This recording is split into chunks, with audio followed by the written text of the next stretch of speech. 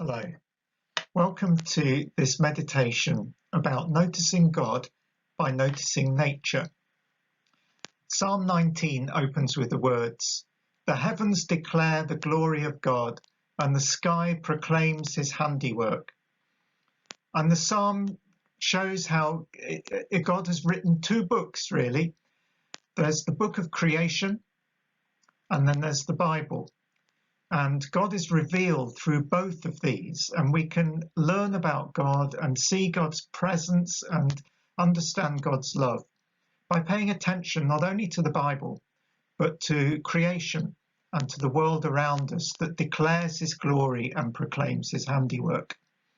So this is a meditation, or some ideas for a meditation really, based on paying attention to what we see around us in nature and letting that lead us in praise and thanksgiving to God. I want to start with a couple of verses, not from Psalm 19, but from Genesis chapter 2. Then the Lord God said, "It is not good that the man should be alone. I will make him a helper as his partner."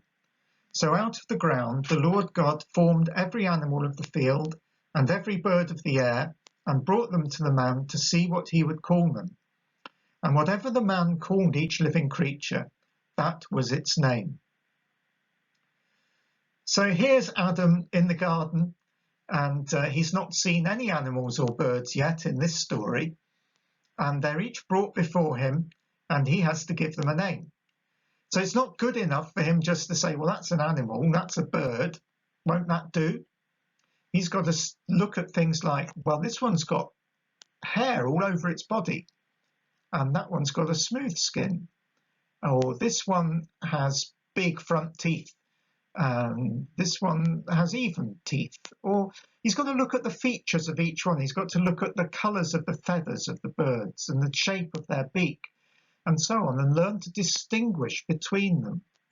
And so he's got to pay attention to the animals and the birds around him in order to name them. This isn't, I think, so much an exercise of power as an exercise of attentiveness, of appreciation, and I think of praise to God who made this rich variety of creation. So this is something we can do when we're out and about, or when we're looking out of our window, or when we're in the garden, or wherever we are. We can look around us, and rather than just saying bushes, trees, that's a green one, or bird, we can start to pay attention and say, well, hang on a minute, this one is a bit different. That seagull has grey markings on its wings, and that one has, well, they're much darker markings. And hang on, their legs are different colours. And you're learning to distinguish between a herring gull and a black-backed gull. And so on. You can be on the beach looking at the pebbles and say, well, hang on, these aren't just pebbles. This one's brown, that one's grey, that one's white. This one's showing different markings, and you can begin to see, well, they came from different rocks. You can look at the different trees and the plants and the flowers. And it's easier as they come into leaf at this time of year to do this and see, hang on, this one's different. And in paying attention, we learn to appreciate. And as we learn to appreciate what God has made, as we appreciate creation, the creatures that we share creation with, it's a way of leading us in praise and appreciation of God and the abundant and expansive love of God for all of creation, not least you and me. So here are some thoughts with some pictures of some plants that I took a couple of weeks ago up in the woods above Stanmer Park. Have a look at this, the leaves on this tree. What do you notice about them? You can look at the colour.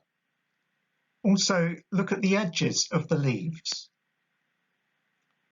They kind of have a saw-toothed edge, a jaggedy edge.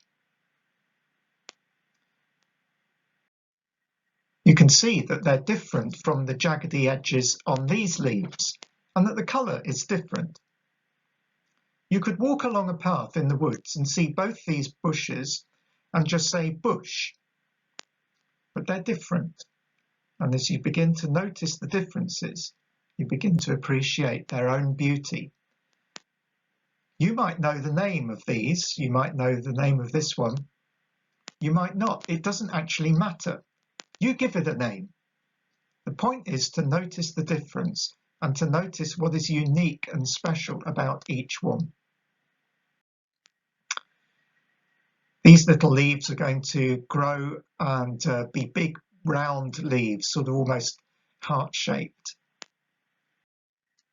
These are also big round leaves, but immediately you can see that these are a bit different. They're not even in the edges. They've got 3 points, or 3 main points, and then 2 little points. You can see that they're going to be different. What is unique about each one? What do you appreciate about them? And what would you call them? Here are some more pointed, smooth leaves. What do you notice about them and the plant that they're growing on? Here's another pointy, smooth leaf, but again, you can immediately notice that the plant is different and that the leaf is different. What would you call it? What do you think God might call it?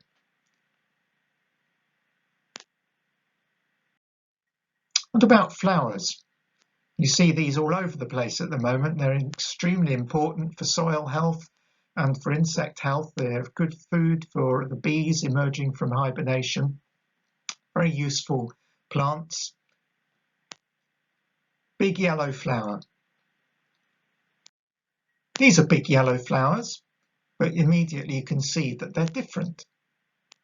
Look at the leaves.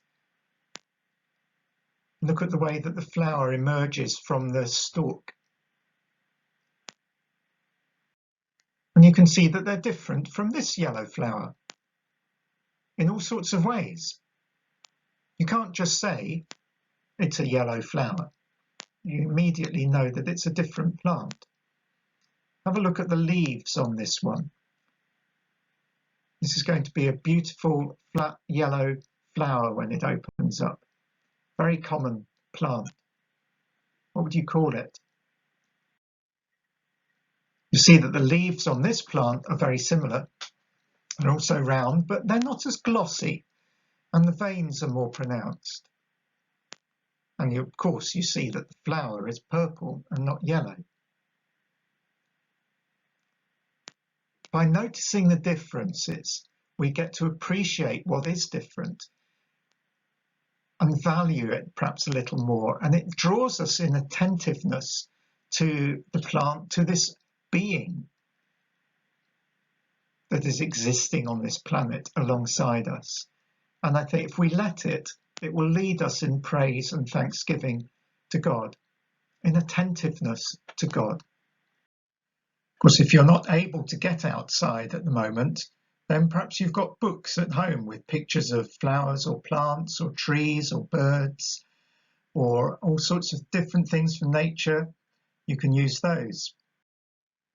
Or perhaps you can go online and use a website like this one from the Woodland Trust, which are full of pictures of flowers and plants.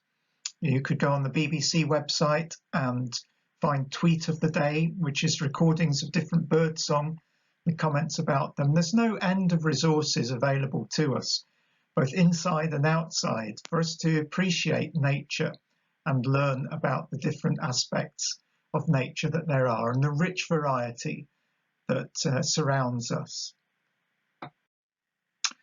So I want to encourage you over the next few days, or perhaps even now, go outside if you can, or at very least sit by your window and look out, see what you can see.